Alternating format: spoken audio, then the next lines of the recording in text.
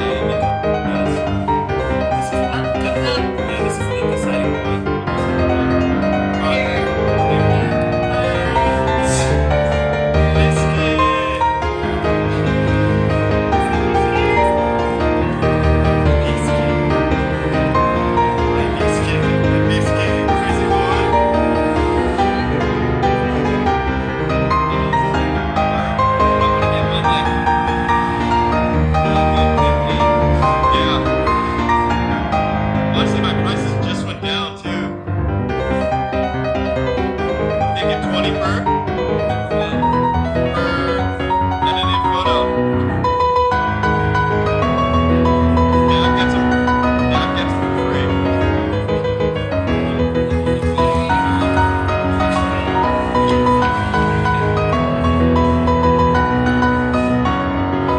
The hardest part was honestly like the whole fitting in between people, but I think we did good. I know. Now we go down. Oh yeah, the champagne. Brandon said, "I'll see you guys down there. I'm getting some fruit."